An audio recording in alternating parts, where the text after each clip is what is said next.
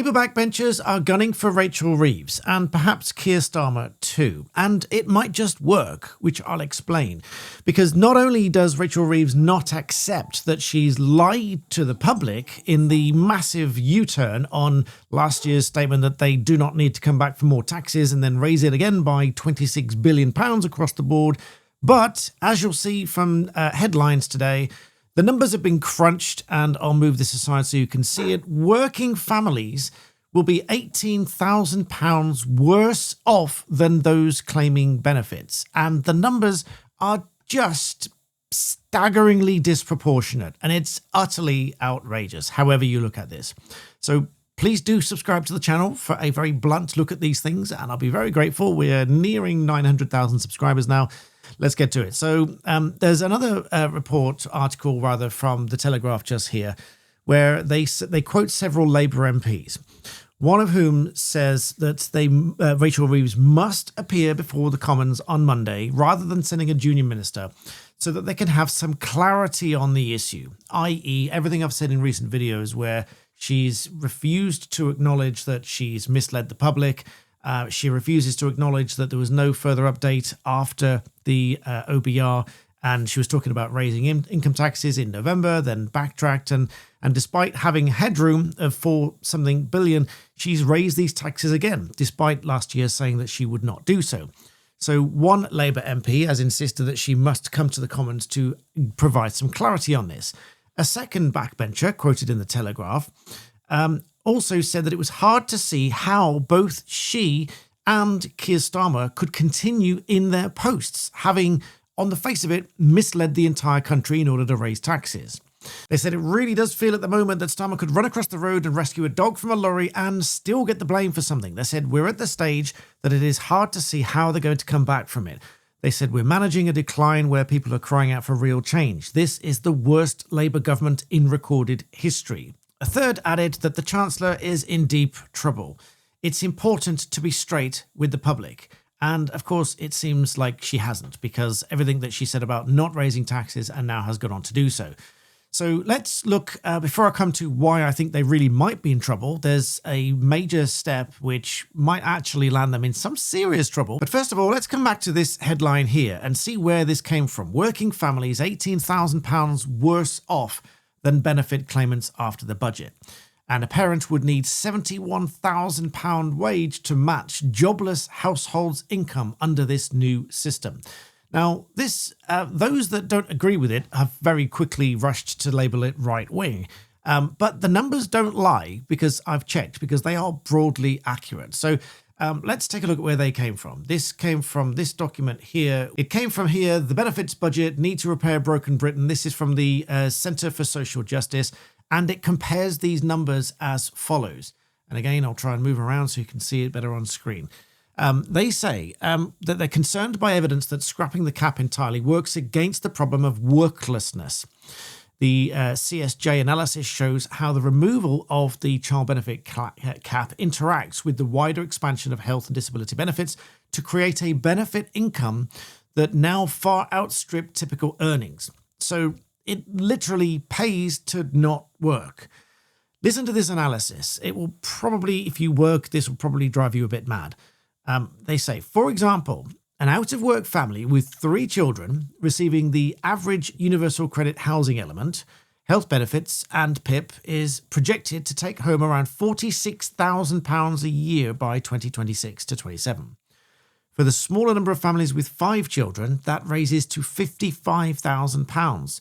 These households are insulated from the overall benefit cap because the 2 in 5 families previously subject to the limit are in receipt of health-related payments, translating to an estimate of 244,000 households. The result is a system that delivers higher living standard guarantees outside of work than inside it for large numbers of families. And then the orange bit, the distortion is stark when set against the returns from post-tax wages. A working family with, and this is obviously made worse by the stealth taxes, which none of them accept. They just don't accept that it is a stealth tax. Freezing the limits and then freezing the thresholds, is a stealth tax, because over time with inflation, the value of the money becomes less. therefore you're pushed into a higher tax bracket, therefore it is a stealth tax. So the distortion here that it compares is far worse when you compare post-tax wages. This analysis here says a working family with one adult in full-time and another in part-time work on the national living wage would take home roughly £28,000 after tax, £18,000 less than the benefit income now available to an equivalent three-child family outside work on combined benefits. Matching that level of support through earnings alone would require a pre-tax salary of £71,000. The same pattern holds for single parents. A parent with three children on combined benefits will receive roughly £43,000 a year, over £22,000 more than the take-home pay from a full-time job on £20,600. I know many people on roughly that salary, and that is £22,000 less than a single parent with three children on combined benefits would receive. These gaps demonstrate how the incentives to work or progress within work have been further eroded. Now, as I say, I've seen online, I won't name and shame, but I've seen online some people saying, oh, this is just a right-wing think tank and they're distorting numbers. But they're not distorting numbers. They are taking numbers. Perhaps some of them, they are comparing extremes, but these extremes exist for many, many thousands of households. And even on the more normal analysis, they are still a stark difference between the two, meaning if you are a household on various types of benefits with the now removed child cap with several children and doubtless more children afterwards, now that the cap has been removed, they will be tens of thousands of pounds better off than those people who are working. It literally no longer pays to work. Several quotes in the Telegraph about this, one of Kemi Badenoch, who says, where people who work hard and do the right thing struggle to get by, while those who do not work can end up with greater security funded by other taxpayers who are getting crushed by the burden.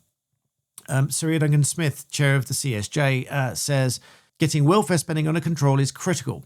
We must make work pay, and as this government loses control of ballooning welfare budget, it will ensure work does not pay. Now, of course, Rachel Reeves has been doing the rounds on various interviews this morning. I've not seen them. I've seen the clips online afterwards, but she's been doing the rounds, denying responsibility, denying misleading the public, which is all a bit farcical in my personal view.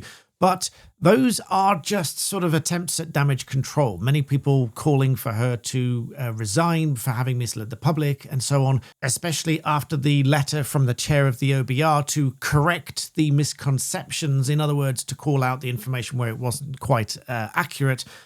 Despite all of that, here is why I think she might actually be in some serious trouble. This is from Mel Stride, a letter to the FCA, the Financial Conduct Authority, calling for a full investigation into potential market abuse at the Treasury and Number 10. This is serious stuff, guys. Confidential market-sensitive information appears to have been spun, leaked, and misused, and markets, businesses, and families have, and I would add, will be paying the price. This letter from Mel Stride as follows. I write following the recent exchange of letters between Richard Hughes, chair of the OBR, and Meg Hiller MP, chair of the House of Commons Treasury Select Committee, which contains fresh revelations about the timing of announcements made by the Treasury and the potential placing of market-sensitive information into the public domain. Yesterday, the OBR set out that the Chancellor was informed as early as the 17th of September, which I covered in, I think, my secrets video, I lose track now, that the deficit in the public finances was £2.5 billion. On the 31st of October, that rose to plus £4.2 billion. Before policy measures were taken into account. At this time, however, the Treasury briefing suggested that there was a £20 billion deficit in the public finances, which would require an increase in the main rates of tax, particularly income tax. This culminated in the extraordinary intervention of the Chancellor herself on the 4th of November when she did that speech. UK's productivity performance is weaker than we previously thought, and in which she warned of an income tax rise. On the 10th of November, she stated that the new challenge of the OBR downgrading the growth forecast put Labour's manifesto commitments on tax at risk. This is despite the fact that the OBR themselves state that their interim forecasts are provided to the Treasury in confidence. In the days following the Chancellor's statement, government figures told the Financial Times that given improvements in the OBR forecast, there was a less need for the extreme decision to breach the Labour's election manifesto. It seems increasingly clear that the Chancellor has been giving an inaccurate picture of the economic and fiscal context, and that this appears to have been driven by political considerations. In the past 3 months, because of this and a variety of similar briefings, leaks and spin from the Treasury, market speculation has been rife and the gilt markets volatile. All of this coincided with a period of interest rates, decision-making, etc., etc. I'm therefore requesting a full investigation by the FCA into possible market abuse by all those who would have had access to confidential information, including the Treasury and Downing Street. And this is from Mel Stride MP, Shadow Chancellor. Now, this is serious because this is going to the FCA here, the Financial Conduct Authority, who obviously can step in and take action. It doesn't matter who you are. The FCA can step in if they believe that there's been market manipulation, leaking of confidential information, misleading the public with a view to make all sorts of changes. That includes the Treasury.